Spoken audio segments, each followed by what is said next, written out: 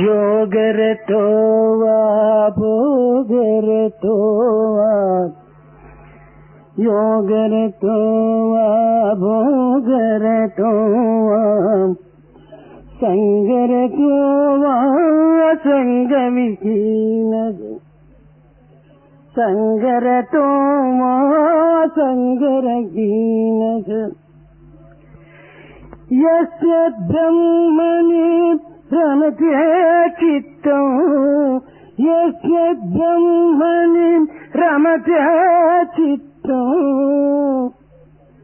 नन्दति नन्दति नन्दति वा योगरतो वा भोगरतो वा योगरतो वा भोगरतो वा संगरतो वा संगविहीनः योगी అయిన మరి భోగి అయిన సన్యాసైన సంసారైన సన్యాసైన సంసారైన స్వాంతము సత్యము మదిలోగనిన స్వాంతము సత్యము మదిలోగనిన ఆనందమే ఆనందమే నందం ఆనందమే ఆనందమే నందం భోగి అయిన మరి యోగి అయిన భోగి అయిన మరి యోగి అయిన. Whether one is a yogi or whether he is a bhogi given to luxury, whether he has renounced everything and is a sannyasi, or whether he is still living in the family and enjoying the aspects of the family, peace and truth are the two things which can alone give him sufficient ananda or bliss. The bliss Ananda is contained in getting both peace and realizing truth. విద్యార్థి విద్యార్థినిలారా, భజ గోవిందమునందు అనేక మంది శంకరుల వారి శిష్యులు ఒక్కొక్క శ్లోకంను ఒక్కొక్క ప్రత్యేకమైనటువంటి అర్థమునందు ప్రయోగించి చేసినప్పుడు నిత్యానందం అనేటువంటి ప్రథమ శిష్యుడు ఈ శ్లోకమునందు ఒక విశిష్టతను ఇమిడ్చాడు. Boys and girls, when Shankara and his disciples have given the several verses in the list called the Bhaja Govinda, each disciple was giving one verse. A principal disciple by name Nityananda has given a distinctive message in this particular verse. ఇందులో యోగి అయినా భోగి అయినా లేక త్యాగి అయినా సంఘవర్జితుడైనా సంఘ సహితుడైనా ఒక్క తూరి ఈ బ్రహ్మ చిత్తమును తాను చవిచూచిన తరువాత ఎట్టి స్థితి యందు ఉండినప్పటికీ తాను బ్రహ్మనిష్ఠుడే కాగలడు కాని బ్రహ్మ విరుద్ధమైనటువంటి యొక్క బంధ సహితుడు కానేరడని ఈ శ్లోకం యొక్క అంతరార్థం. The meaning of this particular verse is, doesn't matter whether an individual is a yogi, or whether he is given to luxurious life and he is a bhogi, or whether he has sacrificed everything, or whether he is still attached to the society and living in a family, or whether he has renounced everything and become a sannyasi. Once he has seen the greatness of the Brahman or the aspect of the divine, then he will be a divine person and nothing else will attract him away from this divine aspect. అనగా ఇది ఎట్లు సంప్రాప్తమగునని మనం సందేహించవచ్చును. పాటలు పాడుతూ నాటకం ఆడుతూ అభినయం సలుపుతూ తలపైనున్నటువంటి యొక్క దీపను లేక ఒక పాత్రను తాను ఏ విధముగా లక్ష్యం నందుంచుకొని నర్తకి తన నృత్యమును ఏ రీతిగా సలుపుతుంటాదో అదే విధముగానే తాను కొన్ని బాధ్యతలకు గురి అయి సంసార సంబంధమైనటువంటి విషయవాసనలు యందు తాను ఉండినట్టుగా నటించుచూ తన యొక్క చిత్తము భగవత్ తత్వం పైన అంకితమునంచినట్టుగా చేయనట్టి ఒక్క వ్యక్తి ఇట్టి పరిస్థితికి మాత్రమే అర్హుడని కూడాను ఆ శిష్యుడు బోధించాడు. You may ask the question, how can this be possible? Yes, you know the well-known example of a dancer or an actor while singing or while enacting in a drama, taking a particular part. That responsibility of appearing in that particular part is borne very well. At the same time, the dancer or the actor is not led away by what he or she is doing. So also, this yogi, this individual who is living in a family, undertaking all the responsibilities of the family, yet he is not attracted or taken away by those responsibilities and families. భౌతికమైనటువంటి సంబంధములను మాత్రమే మనము పరికించడం చేత యోగి యొక్క తత్వాన్ని మనం గుర్తించుకొనలేకపోతున్నాం. Because we are only looking at the external appearances which relate to the external world. We are not able to understand the true spirit in which a yogi functions. దీనికి మరి ఒక చిన్న ఉదాహరణము. There is another small example for this. భారతీయ సంస్థ యందు భారతీయ ఒక సాంప్రదాయములందు ఒక భర్తకు ఇద్దరు భార్యలుగా ఉండినప్పుడు భార్య గతించిన తరువాత ఒక భార్య గర్భవతిగా ఉండటం చేత ఆమె విధవత్వానికి ఏమాత్రం కూడాను అంగీకరించక తిరిగి ఆ ప్రసవమైన తదుపరి ఆ విధవత్వాన్ని పొందటం మన భారతీయ సంస్కృతిలో ఇది ఒక సాంప్రదాయంగా నిలుస్తూ వచ్చింది. According to Indian traditions and as an accepted practice in Indian culture, if one husband has two wives and if one of those wives is pregnant at the time when the husband dies, it is an accepted tradition that that wife does not acquire the widowhood on the death of the husband. She would only after delivering the child would acquire the widowhood. This is our practice. కానీ ఈ విధవత్వాన్ని పొందనటువంటి స్త్రీని ప్రకృతి చూచి ఈమె సుమంగళి అనే భావిస్తుంది, కానీ విధవని మాత్రం ఎవరికీ తెలియదు. కానీ నేను విధవనని మాత్రము ఆమెకు మాత్రమే తెలుస్తుంది. In this context, looking at this woman who is pregnant and who is in fact a widow, the world does not recognize her as such. The world thinks that she is a Sumangali. It is only she that knows the fact and that she is a widow. పురుషునికి ప్రవృత్తి నివృత్తి అనేటువంటి ఇరువురు భార్యలు ఉండటం చేత ఈ యొక్క పరతత్వం అనేటువంటి యొక్క శక్తిని తాను అందుకున్నటువంటి పురుషతత్వమునందు ఈ ప్రవృత్తి తక్షణమే త్యాగమునకు పూనుకుంటుంది. కానీ నివృత్తి లోక కళ్యాణ నిమిత్తమై తానొక సుమంగళిగా ఉండినట్టుగా నటిస్తుంది. కానీ తాను తన యొక్క పురుషునితో ఏకమైనటువంటి యొక్క సంబంధమునే తాను అనుభవిస్తుంది, కానీ ప్రత్యేకమైనటువంటి యొక్క వికారమును తాను ఏమాత్రము ప్రదర్శించదు. Purusha, the name for the originator of the universe, has two wives. One pravrutti, the other nivrutti. As in this story that has just been given to you, while pravrutti has one nature, nivrutti on the other hand keeps up her appearance of a Sumangali for the prosperity of the world and has a very special type of relationship to Purusha, the husband. దీనిని ముండకోపనిషత్తును శౌనకుడు అనేటువంటి శిష్యుడు అంగీరసుడు అనేటువంటి మహాజ్ఞాని అయినటువంటి గురువును ప్రశ్నిస్తూ వచ్చాడు. It is about this in the Mundakopanishad, a disciple who is very clever, Chaunaka, he has been asking question about this to the Guru Angirasa. అయితే ఈ ముండకోపనిషత్తు పరవిద్య అపరవిద్య రెండు విద్యల యొక్క తత్వాన్ని తాను ప్రబోధిస్తూ కేవలం స్వరబద్ధమైనటువంటి యొక్క ఋగ్వేదమునని కానీ ఇంకా సామవేదము కానీ అనగా గానమునకు సంబంధించినటువంటి సామవేదము కానీ మంత్రమునకు సంబంధించినటువంటి యొక్క అధర్వణ వేదము కానీ ఈ యొక్క యజుర్వేదము కానీ ఈ సర్వ వేదముల యొక్క సారమైనటువంటి యొక్క ఉపనిషత్తుల యొక్క భావమును కూడాను ఇది పరవిద్య కింద చెప్పక అపర విద్యల కిందనే తాను ప్రబోధిస్తూ వచ్చాడు. In this Mundakopanishad, whatever has been taught has not been taught, could have been taught in two ways, that is Paravidya and Aparavidya.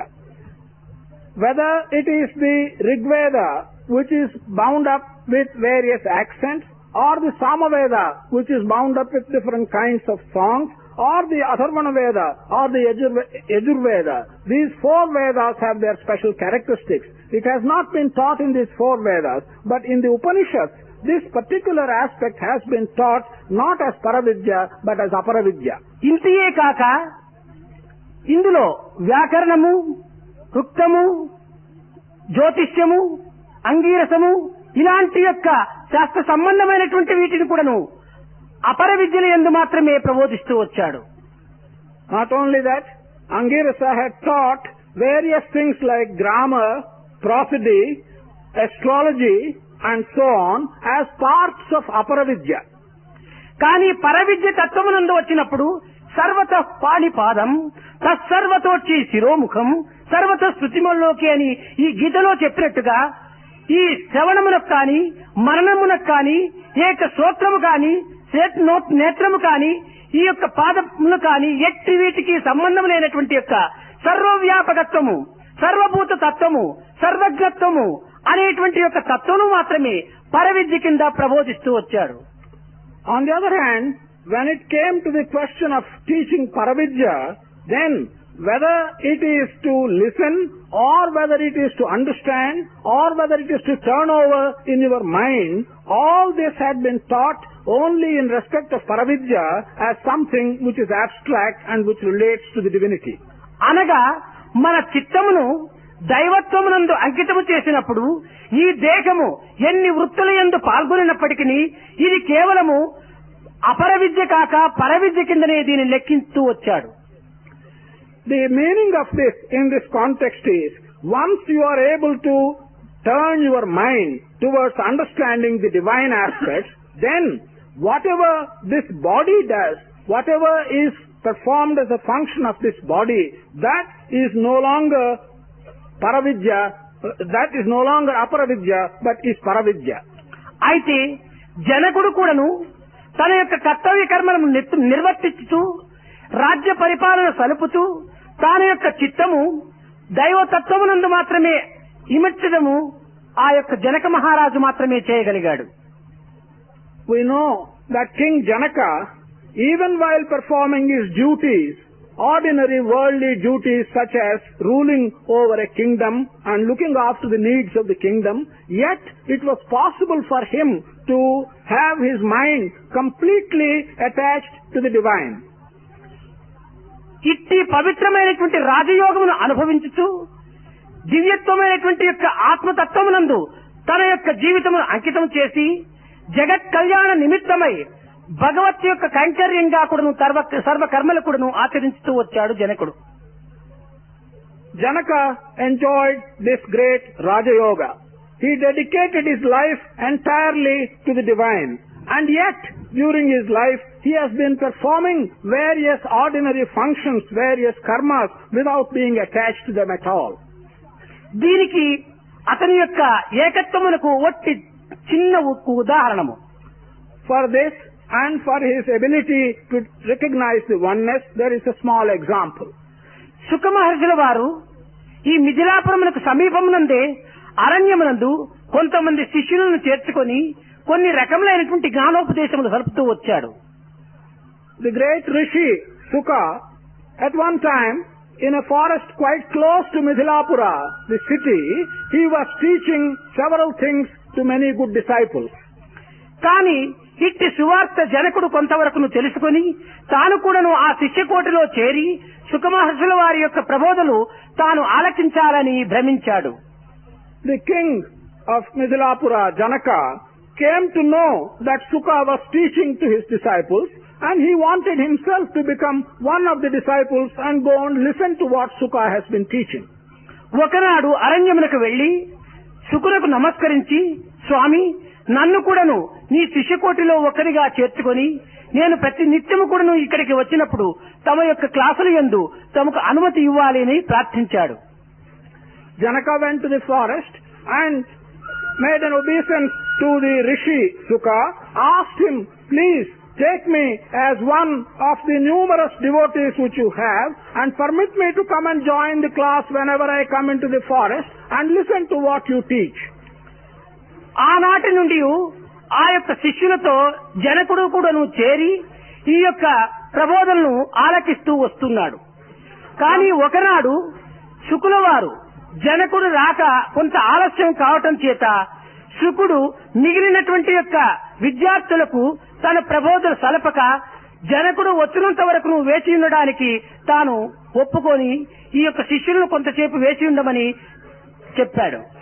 From that day, Janaka was joining the class, was conducting himself as one of the several disciples and listening to what Shuka was teaching. One day, however, it became late and Janaka did not arrive. Shuka then told the others, "Let us wait for the arrival of Janaka. We shall not start the class until he comes." కానీ ఆ మిగిలినటువంటి విద్యార్థులు ఏమిటి, సుఖమహర్షుల వారు సర్వసంగ పరిత్యాగులని మేము ఆశించాము, విశ్వసించాము. కానీ మహారాజు అయినటువంటి యొక్క జనకుడు ధనవంతుడుగాను మహారాజుగాను ఉండటం చేత అతనికి ఈ సర్వసంగ పరిత్యాగి అయినటువంటి శుకుడు కూడాను లొంగిపోతున్నాడు. ధనమునకు అధికారమునకు లొంగినటువంటి గురువు సరి అయినటువంటి గురువు కాబోడు. కనుకనే ఆనాటి నుండి ఆ గురువు పైన కొంత అవిశ్వాసం ఏర్పడి జనకుని పైన కొంత ఓర్వలేనటువంటి బుద్ధి కూడాను ఈ యొక్క విద్యార్థులకు కలిగింది. When the Rishi told the other disciples to wait until Janaka has arrived, the other disciples began to grumble and murmur amongst themselves and tell themselves, "We joined this great Rishi of Sukha thinking that he is a great sage and that he does not attach any importance to kings and powerful people. How is it he is asking us to wait? He seems to give great respect to Janaka's wealth and Janaka's power. This is something wrong." And from that day, the disciples started developing some kind of weakness in their faith in the Rishi Sukha. So, not only this, they also started becoming envious of the king Janaka. ఇట్టిది యుగ యుగమునందు కూడాను ఒక కర్మ బద్దులైనటువంటి యొక్క వ్యక్తులకు ఓర్వలైనటువంటి బుద్ధులు రావటం సహజం. This is something which has been known from time immemorial. అదృష్టవంతులను చెంత చేర్చి ఏదో వారికి సరి అయినటువంటి ప్రబోధనలు సలుపుతున్నప్పుడు కేవలము వారు అట్టి అదృష్టములకు నోచుకోలేనటువంటి దురదృష్టవంతులు అయినప్పటికీ అదృష్టవంతులను చూచి ఓర్వలేనటువంటి యొక్క బుద్ధి ఇది మహా పాప బుద్ధిగా కూడాను కొంతమందికి అభివృద్ధి అవుతుంటుంటాది. When there are deserving people who are fortunate, such people are taken near great rishis, and when some teachings are given to them, there are others who are not able to understand this and who become envious. They themselves do not deserve to get any consideration from the rishis, but they develop envy and they become jealous about the people who deserve to be taught. ఎవరెవరి ప్రాప్తము ఏ ఏ స్థానమునందు ఏ ఏ కాలములో ఏ ఏ దిశనందు పరిపక్వ స్థితికి వస్తుందో చెప్పడానికి సాధ్యం కాదు.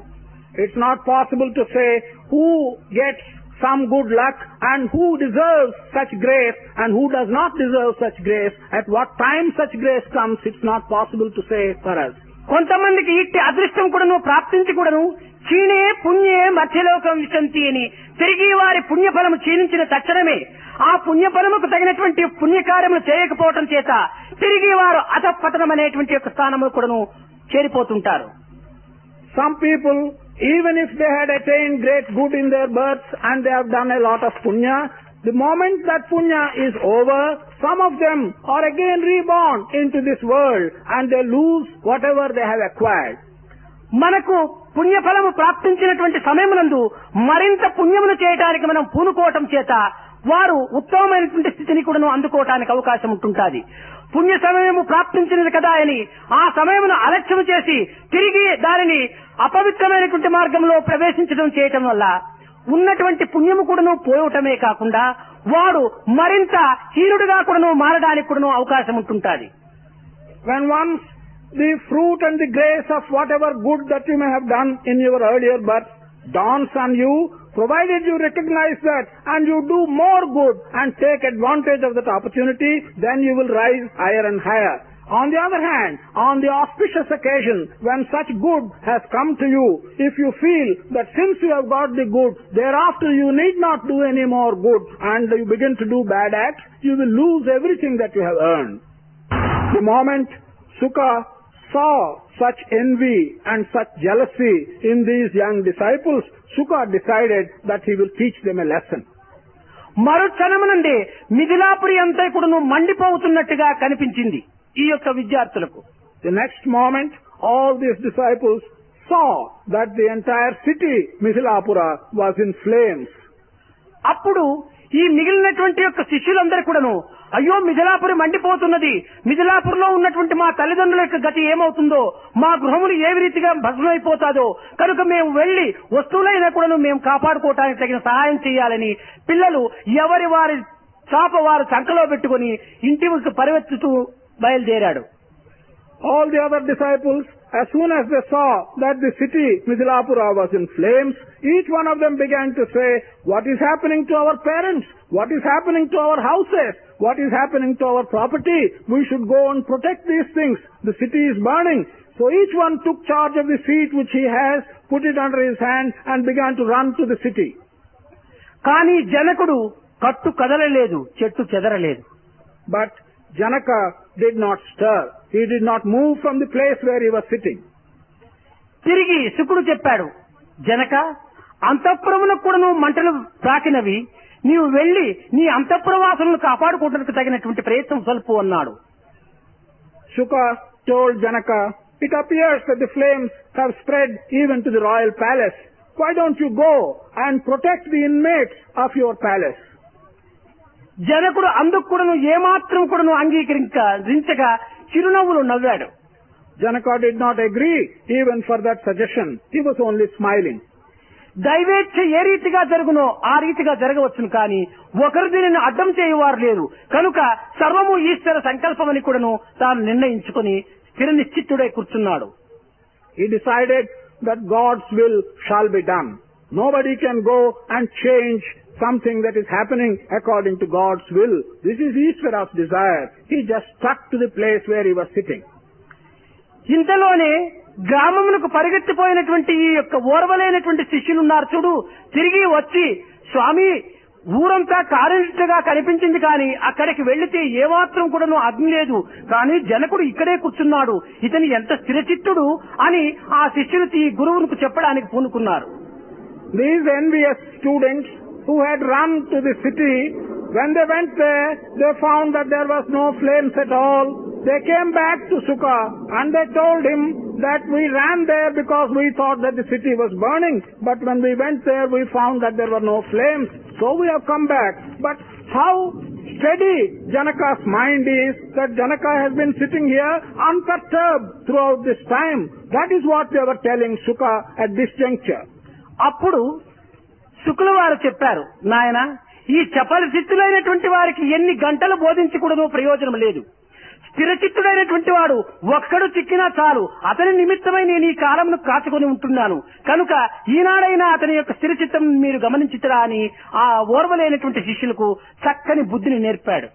Sukha looked at those disciples, these people who were filled with envy, and he told them, look here, what is the use of my teaching for so many months and days to such wavering minds as you people have? Even if I teach for a short while to a steady mind like the one which Janaka has, there is some purpose in doing so. కనుక స్థిరచిత్తులైనటువంటి వారు ఒక్కరు చిక్కినా కూడాను చాలు, చపల చిత్తులైనటువంటి వారు ఎన్ని వేల మంది ఉండినా కూడాను అది ప్రయోజనం ఉండదు లోకమునకు. కనుకనే ఒకానొక సమయంలో రామకృష్ణ పరమహంస కూడాను పవిత్రమైనటువంటి వాక్యమును వెదజల్లుతున్నటువంటి సమయంలో రాణి రాసమణి అక్కడ కూర్చొని వింటూ ఉండినట్టుగా నటించింది.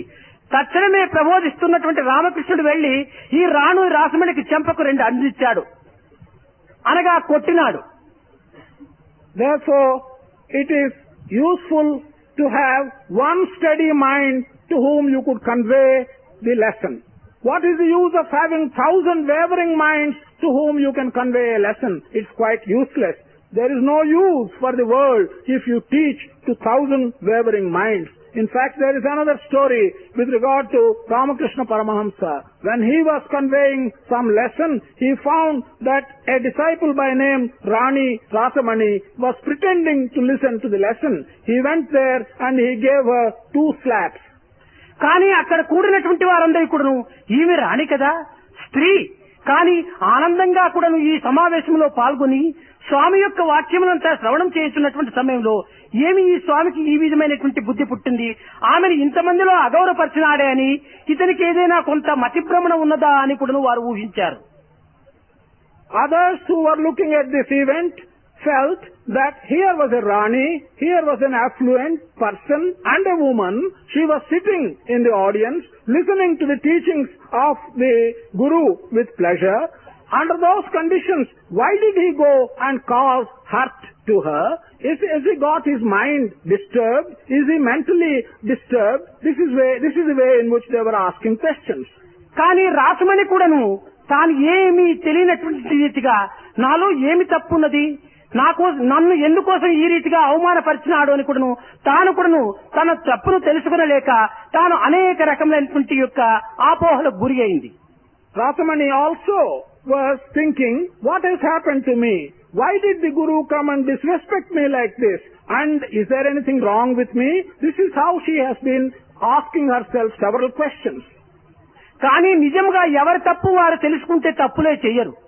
కనుక అదే విధంగానే ఈ రాణి రాసమణి కూడాను తాను ఏది తప్పు చేయనట్టుగా తాను ఊహించుతూ వచ్చింది.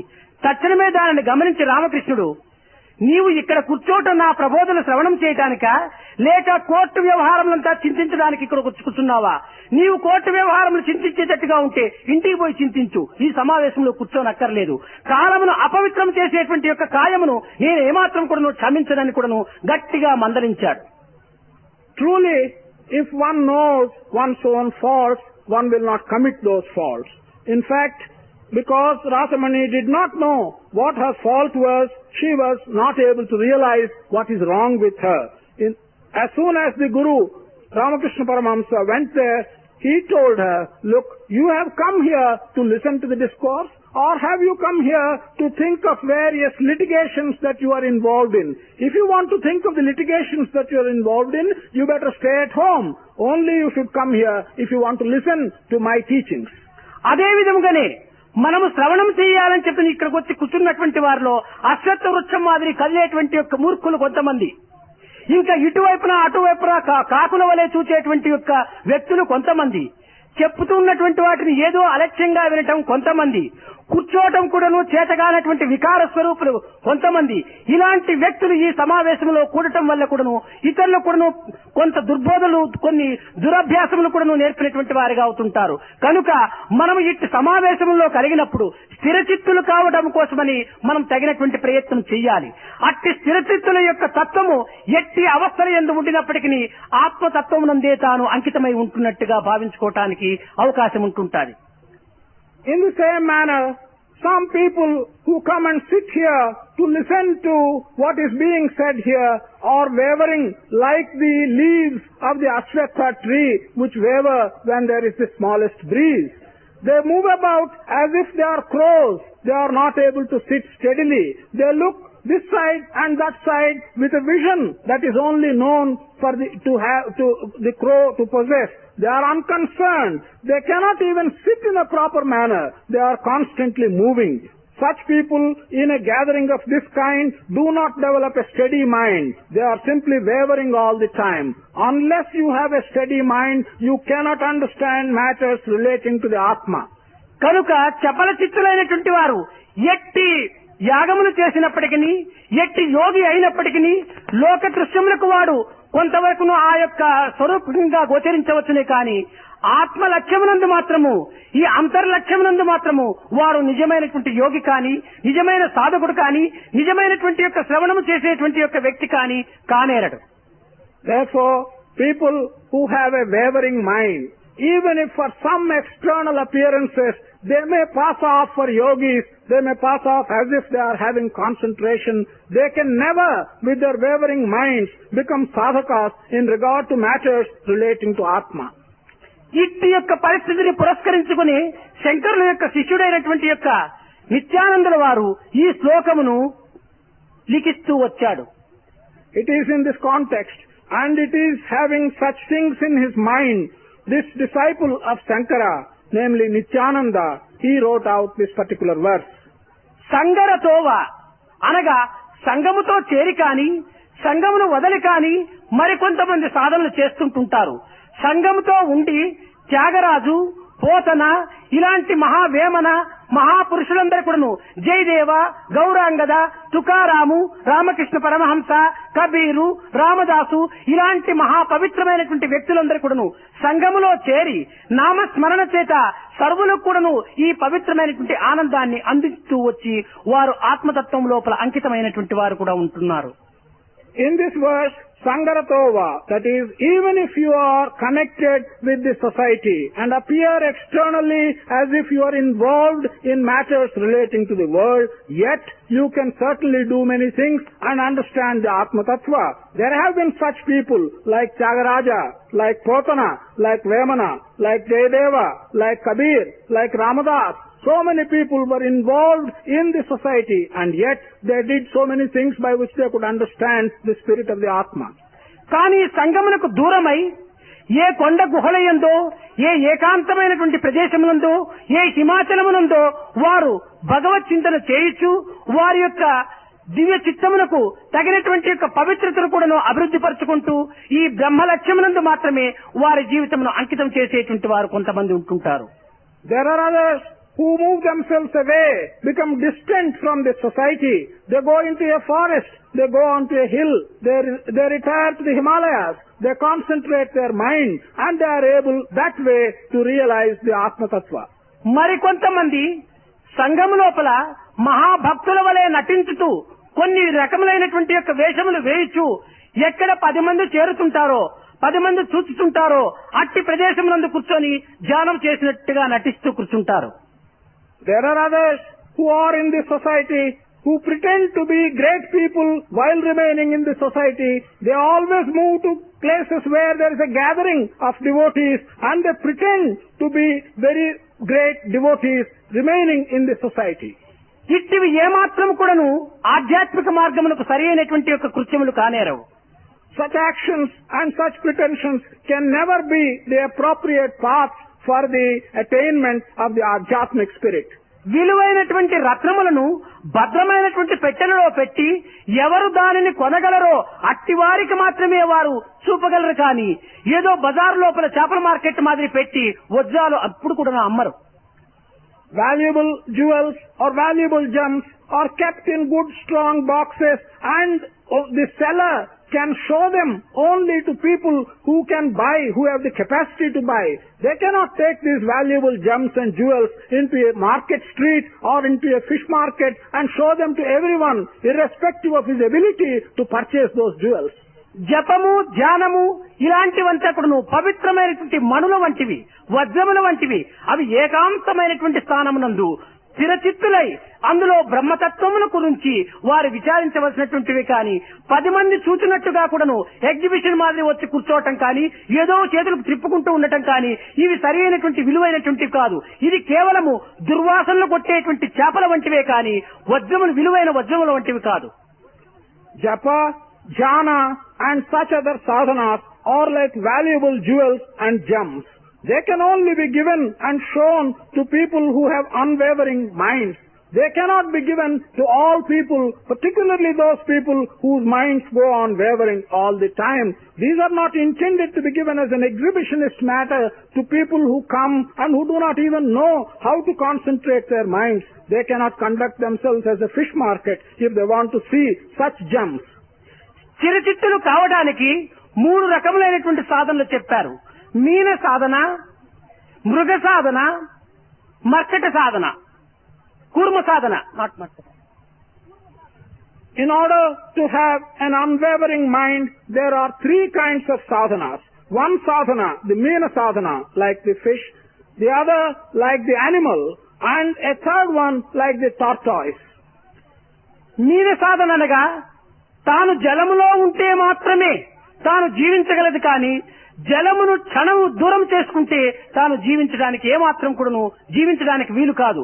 అదే విధంగానే ఏకాంతంగా సాధన చేస్తేనే తప్ప 10 మందిలో సాధన చేయడానికి చేతకానటువంటిది ఈ మీన సాధన అని. Meena sadhana can be explained by referring to the fact that the fish can only survive in water. The moment it is taken out of its surroundings of water, the fish cannot survive. In this manner, Mena Sadhana for persons can be explained as one which can be done only in solitude. If, however, you go and sit in company with 10 other people, your sadhana will not survive. That is Mena Sadhana. 10 మంది లోపల ఏకాగ్రత కుదరక తాను ఏకాకి అయి ఉన్నటువంటి స్థితి యందు మాత్రమే ఏకాగ్రతను అభివృద్ధి పరచుకోవటం మీన సాధన అని అర్థం. To be unable to have concentration when he is mixed up with 10 other people, and to be able to acquire that concentration in solitude, this is called Mena Sadhana. ఇంకా మృగ సాధనగా అది కేవలం భూమిపైన మాత్రమే సంచరిస్తుంది కానీ జలములో తాను జీవించడానికి ఏమాత్రం కూడా ఒప్పుకోదు. కనుకనే 10 మంది లోపల మాత్రమే సాధన చేయడం కొంతమందికి వాడకవుతుంది కానీ ఏకాంతంలో పోయిందంటే లేని సంసార బాధ్యతలంతా తలలో చేరి ఉంటాయి. The mruga sadhana, or the one like the animal, this is like being able to acquire the concentration on the earth only. You cannot go outside the earth and do it. In other words, there are some people who can acquire the concentration only when they are sitting in company with 10 others. When they sit alone in solitude, they begin to think of their family troubles, they begin to think of various attachments. They can never do their sadhana in solitude. This is the mruga sadhana. ఇంకా కూర్మ సాధనగా ఏకాంతంలో ఉండని జలములో ఉండినా గట్టు నుండినా తాను జీవించడానికి సంసిద్ధమై ఉంటుంటాది. రెండు స్థానముల యందు కూడాను తాను సుఖజీవనం జరుపుతూ ఉంటుంటాది. కనుకనే గుంపుల యందు కానీ ఏకాకి యందు కానీ తన యొక్క చిత్తము స్థిరత్వమును పూనుకోవటము ఇది సరి అయినటువంటి సాధన కనుక దీనిని కూర్మ సాధన అని కూడాను దీనిని పేరు పొందుతున్నారు. The tortoise can live either in water or on the surface of the earth. It can do both. So when we talk of sadhana in terms of the tortoise, it means you are able to acquire concentration either alone or also while sitting in company with 10 other people. If you are able to do both, this is referred to as the sadhana relating to the kurma or the tortoise. అట్టి సమచిత్తమును మనం అభివృద్ధి పరచుకొని తదుపరి స్థిర చిత్తములకు మనం బయలుదేరడానికి పూనుకోవాలి. కానీ ఈనాడు సమచిత్తము ఏమాత్రం కూడాను లేదు కానీ సంగచిత్తమునే మనం అభివృద్ధి పరచుకుంటూ పోతున్నాము. In that way, it's only when we are able to develop equal-mindedness, then we can after that develop unwavering mind. But today, there is no first step. You are not developing equal-mindedness. You are only developing what you can in the sangha or in the society. కనుకనే మనము ఈ యొక్క వయసునందు పవిత్రమైనటువంటి యొక్క ఏకాగ్రతకు మనం తగినటువంటి ప్రయత్నం సల్పాలి. ఈ చిత్తమును ఈ వయసునందే అరికట్టకున్నా వృద్ధాప్యమునందు అరికట్టడము అసాధ్యమవుతుంది. కనుక శారీర మానసిక ఆధ్యాత్మిక శక్తులు మహాపుష్టివంతంగా ఉండినటువంటి ఈ సమయమునందు ఈ యొక్క ఇంద్రియములను అరికట్టుకునేటువంటి విధానమునకు మీరు తగినటువంటి ప్రయత్నం చేయాలి. ఈ మానసిక సంబంధమైనటువంటి యొక్క వృత్తులకు ఈ చపల చిత్తములకు మీరు ఏమాత్రం కూడా గురి కాకూడదు. ఈనాడు మీరు చపల చిత్తులుగా మీరు బయలుదేరిరా మీరు తప్పక ఈ యొక్క జీవితమునే వ్యర్థం చేసుకున్నటువంటి వారు అవుతారు. In this age of yours, the age of youth, it is possible for you to attain what is called the sacred concentration. You must control your mind. While your body is strong, while your mind is strong, while your spirit is strong, you must control your organs. If you do not do that, you will have a wavering mind. If you have a wavering mind, you will be wasting your life and it becomes unsacred. నీ భావములకు విరుద్ధమో లేక నీ ఇచ్చకు విరుద్ధమో నీ యొక్క సంకల్పములకు విరుద్ధమో జరిగినప్పుడు లోపల నుంచి ఉప్పొంగేటువంటి ఉద్రేకములకు నీవు వశుడు కాకూడదు. వచ్చేటువంటి ఉద్రేకములను నీవు అరికట్టుకునేటువంటి శక్తివంతుడుగా నీవు నిలిచినప్పుడే నీవు భగవత్ అనుగ్రహానికి నీవు పాత్రుడు కావటానికి ఎట్టి సందేహము ఉండదు.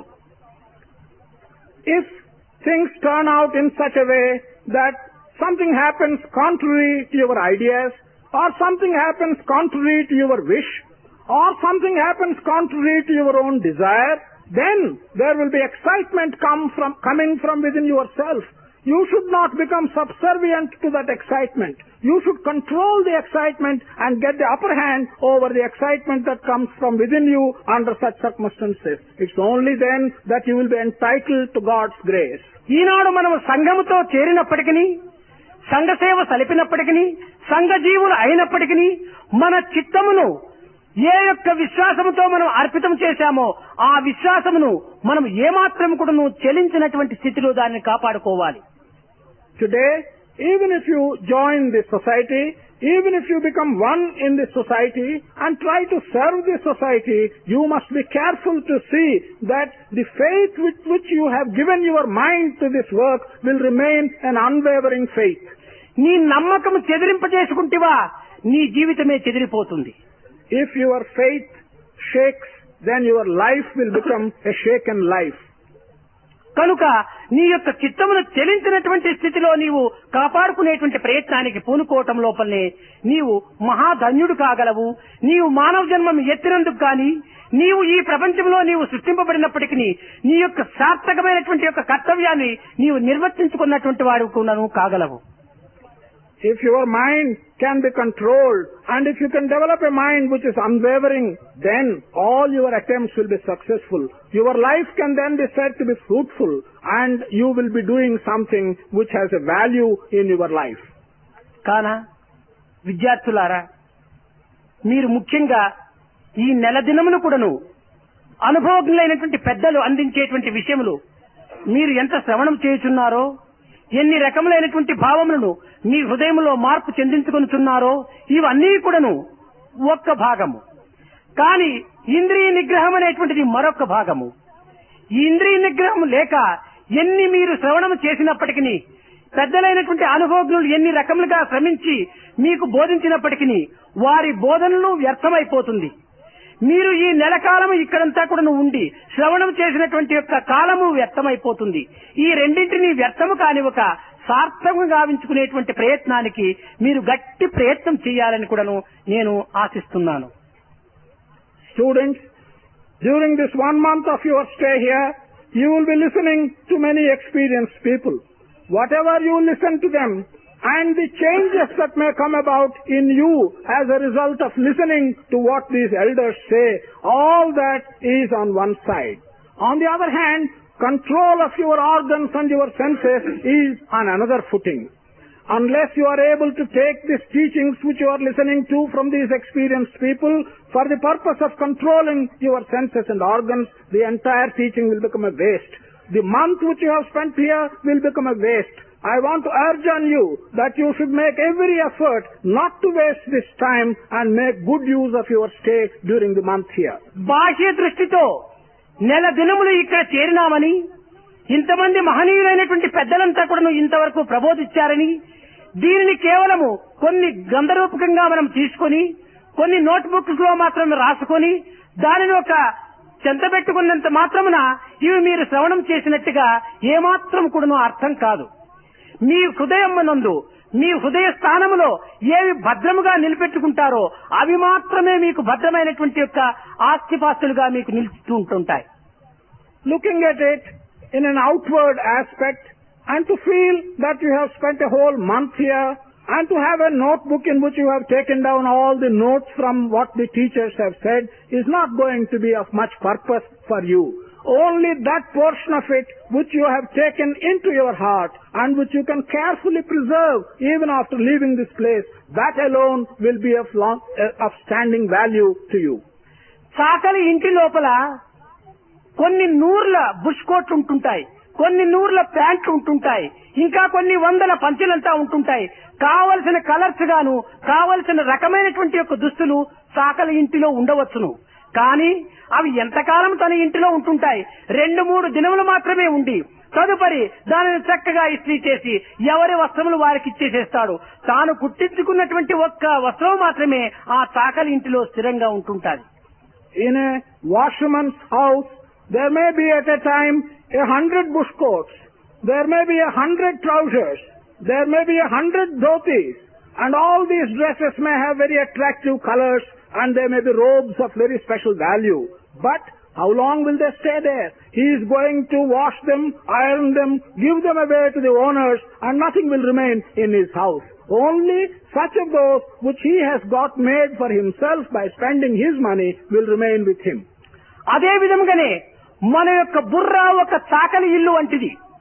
అందరి ప్రబోధననేటువంటిది రకరకమైనటువంటి యొక్క శాస్త్రము, ఉపనిషత్తు, కళలు, ఇంకా ఇత్యాది అయినటువంటి విషయములంతా కూడాను మన యొక్క ఇంటిలో ఉంటుంటాది. కానీ ఎంతవరకు అవి ఉంటుంటాయి, మనము ఏది ఆచరణలో పెడతామో అది మాత్రమే మనకు స్థిరంగా నిలిచి మిగిలినవన్నీ గాలికి ఎగిరిపోతుంటాయి. In the same manner, our head is like the house of a washerman. The teachings which are being given to you in the form of Upanishads, in the form of Shastras, in the form of various teachings, these things go into your house of your head as so many different clothes. How long will they remain in your head? They will remain only in as much as you put these things into practice. All others will simply fly away from your head. ఒక గరిట అన్ని పాత్రల యందు కూడాను సంచరిస్తుంటుంటాది. సాంబార్లో చేరిపోతుంది, రసంలో చేరిపోతుంది, మజ్జిగలో చేరిపోతుంది, పాయసంలో చేరిపోతుంది. అన్నింటి యందు ఇది సంచరిస్తా ఉంది. కానీ దేని యొక్క రుచి కూడాను ఆ యొక్క గరిటకు తెలియదు. If you take a spoon or a ladle, it goes and moves in big vessels containing sambar, containing buttermilk, containing various eatables like that. But this particular spoon will not know the taste of either the sambar or the payasam or any of these things. కనుక మన బుద్ధి ఒక spoon వలె అందరూ ఇచ్చేటువంటి lecture లోపల సంచరించినంత మాత్రం ప్రయోజనం లేదు. మనము దానిని ఆ స్పూనును ఆధారంగా చేసుకొని మనము ఆరగించేటువంటి ప్రయత్నానికి పూనుకోవాలి. అదే ఆచరణ. There is no use. Our intelligence, like a spoon, go on moving about in all the lectures and the good things that are being told to us by various lecturers. It is only when we are able to take something and put it into practice that you will know the taste of those things. కాన యువకులైనటువంటి మీరు ఈ పవిత్రమైనటువంటి సుసమయం మీకు ప్రాప్తించటం చేత ఈ సమయమును మీరు దుర్వినియోగపరచక పెద్దలు ఇచ్చినటువంటి యొక్క ప్రబోధనను, అనేక రకములైనటువంటి అనుభవాలను మీ యొక్క జీవితమునకు ఆధారమైనటువంటి యొక్క భద్రమైనటువంటి యొక్క వస్తువులుగా మీరు హృదయస్థానం నందు చిత్రించుకొని దానిని భద్రపరచుకొని అప్పుడప్పుడు సమయ స్ఫూర్తిగా కాల కర్మ కారణ కర్తవ్యములను పురస్కరించుకొని దేశ కాల పాత్రలను అనుసరించి మీరు వీటిని మీ యొక్క నిత్య జీవితమునందు ఉపయోగపెట్టుకొని ధన్యులవుతారని కూడా నేను ఆశిస్తున్నాను. Young students, remember that you are having a very sacred opportunity. Do not waste this sacred opportunity. Take all the experiences which people are telling you in their lectures as the very basis of your life. Secure those good things in your heart. Use them later on according to the time, according to the circumstances, according to the environment, and according to the country and place where you live. Make your life worthy of it. This is my hope. భారతమునందు మీరు ఒక చిన్న కథ విని ఉంటుంటారు. There is a small story in Bharata which you may have heard of. కృష్ణుని వశము చేసుకునే నిమిత్తమై సత్యభామ నారదుని దగ్గరికి వెళ్లి ఏదైనా ఒక మంత్రము లేక యంత్రము లేక తంత్రము ఏదో ఒక ఉపదేశం చేయమని స్వార్థురాలైనటువంటి సత్య నారదుని ప్రార్థించింది. With a view to get Krishna on her side, Satyabhama, a very selfish woman, went to Narada and prayed to Narada, tell me some trick, tell me some mantra, or tell me some shortcut by which I can get Krishna on my side. ఈమెకు తగినటువంటి యొక్క పాఠము నేర్పాలని నారదుడు సంకల్పించి, ఓహో ఇంత స్వార్థమనేటువంటిది దైవం దగ్గర ఏమాత్రం కూడాను పని చెయ్యదని, ఈ స్వార్థులకంతా కూడాను తగినటువంటి గుణపాఠం చెప్పాలని చెప్పని నారదుడు సంకల్పించి, అమ్మా ఒక పతివ్రతము అనేటువంటి దానిని నీవు చేసి ఆ వ్రతమునందు పతిని ఒకరికి దానమిచ్చి తిరిగి పతి ఎత్తు ధనమును వారికి ఇచ్చి ఆ పతిని నీవు పొందినటువంటి ఆ పతి నిరంతరము సర్వదా సర్వకాలేషు సర్వత్రా నీ చెంతనే ఉంటుంటాడని కూడాను ఆ నారదుడు ప్రబోధించాడు. Narada found that Satyabhama was a very selfish lady, and Narada thought that such selfishness will never work in regard to matters relating to God.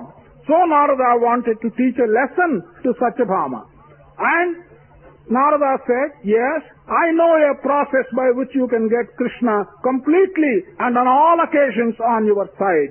And this is a vrata. This is a kind of devotional practice which you have to take. And that consists of giving away your husband as a gift to someone in the first instance, and then buy him back for yourself by paying money and wealth which is of the same weight as that of your husband. Then, when you have purchased him back, he will be yours at all times and under all circumstances. దైవతత్వమును తెలియనటువంటి యొక్క సత్య, దైవశక్తి సామర్థ్యమును గుర్తించలేనటువంటి సత్య, స్వార్థమునకు లోనవటం చేతనే ఇది సులభమైన మార్గం కదా అనుకొని అందులకు ఒప్పుకొని వ్రతము చేసింది. ఆ యొక్క వ్రతము లోపల ఆ కృష్ణుని నారదుడికే దానమిచ్చింది. ఆ నారదునికి దానమిచ్చిన తర్వాత నారదుడు ఈమెకు ఇవ్వటం కోసమని ఆ యొక్క కృష్ణుని తూకం వేయటానికి ప్రయత్నం చేశాడు. Satyabhama did not understand God's ways. She had no idea of the strength of God. Satyabhama was intensely selfish. She was lured into this plan which Narada had put before her. Therefore she had undertaken this vrata or the diksha. And in this vrata, what she did was to gift away her husband Krishna to Narada himself. After gifting away, she started wanting to get him back to weigh Krishna in terms of money. ఒకవైపున కృష్ణుని కూర్చొనబెట్టి రెండవ వైపున అంతా తన చెంత ఉన్నటువంటి ధనమునంతా తెచ్చి వేసింది. కానీ కృష్ణుడు ఏమాత్రం కూడాను కదలలేదు. In one pan of the balance, she made Krishna to sit.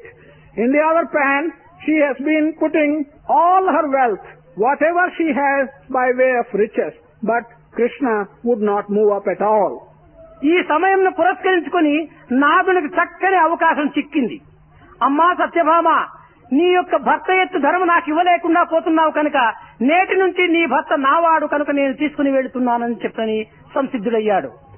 Narada saw an excellent opportunity in this situation. Narada told Satyabhama, look, you are not able to give me wealth and money which is of the same weight as your husband. In this context, your husband from today belongs to me. He is mine.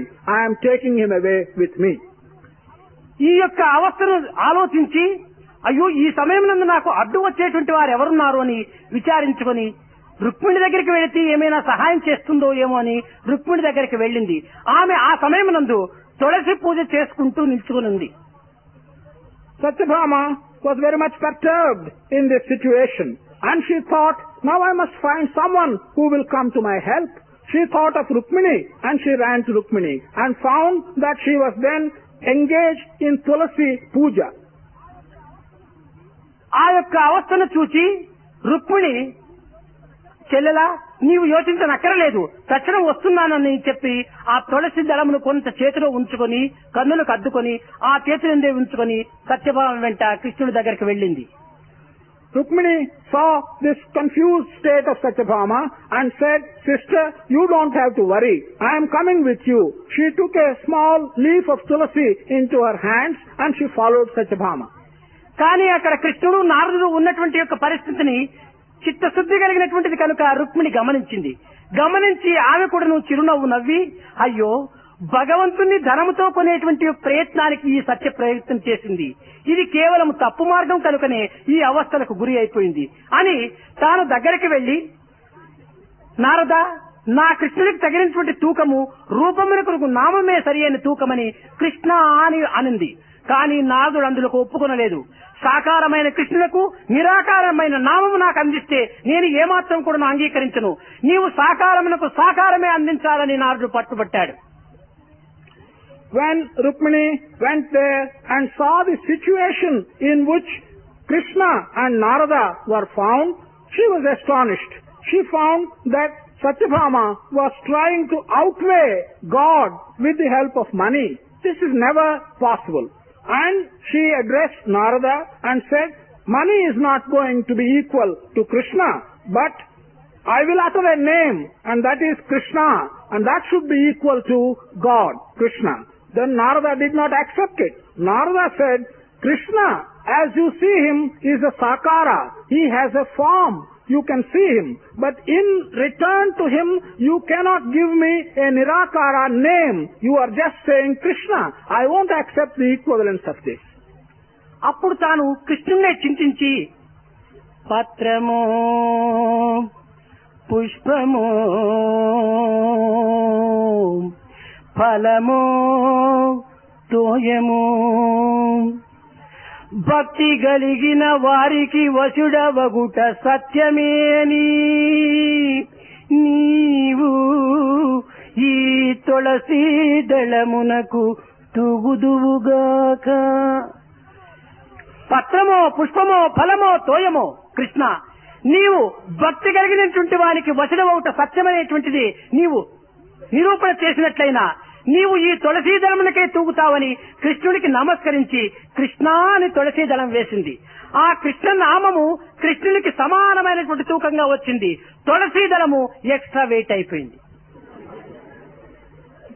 Since Rukmini had a pure mind, immediately she saw the situation and she told herself, whether it is a leaf or a flower or a fruit or even a spoon of water, if there is any truth in the belief of people that to devotion you will become subservient, then here I am making the test.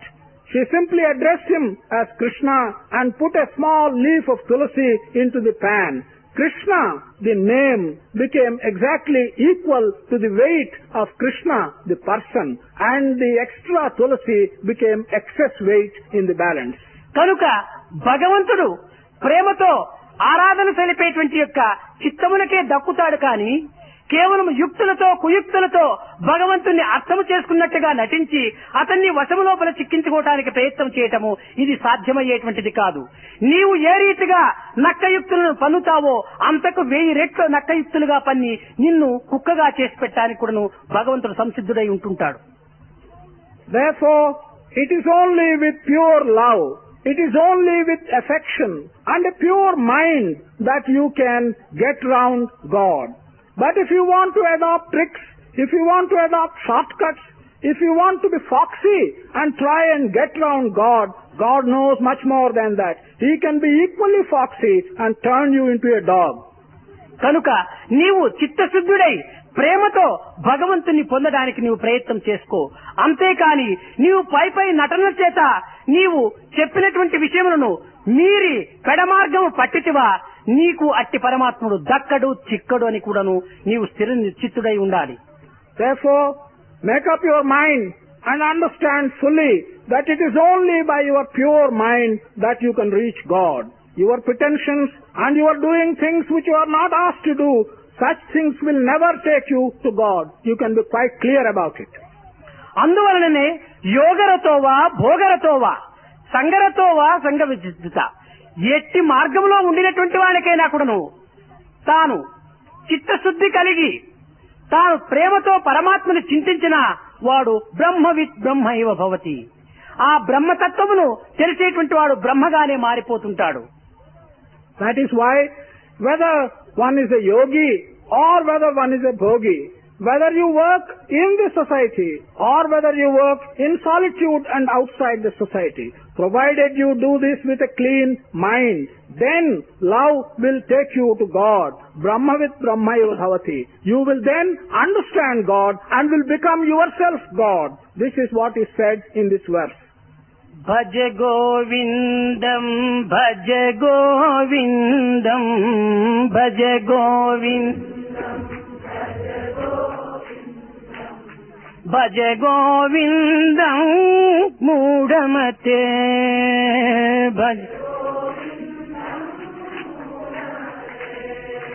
Bhaja Govindam Bhaja Govindam Bhaja Govindam Bhaja మూఢమతే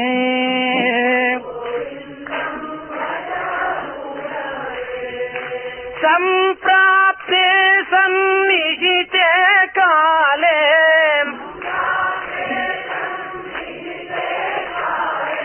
Nike Nike రక్షతే దుఃఖం కరణే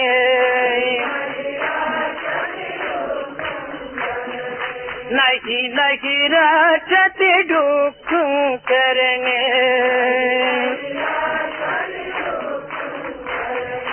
భజ గోవిందం భజ గోవిందం భజ గోవిందం గోవిందం భజ మూఢమతే గోవిందం భజ మూఢమతే సంప్రాప్తే సన్నిహితే కాలే నకి నకి రక్షతి దుఃఖకరణ నకి నకి రక్షతి దుఃఖకరణ భజ గోవిందం భజ గోవిందం గోవిందం భజ మూఢమతే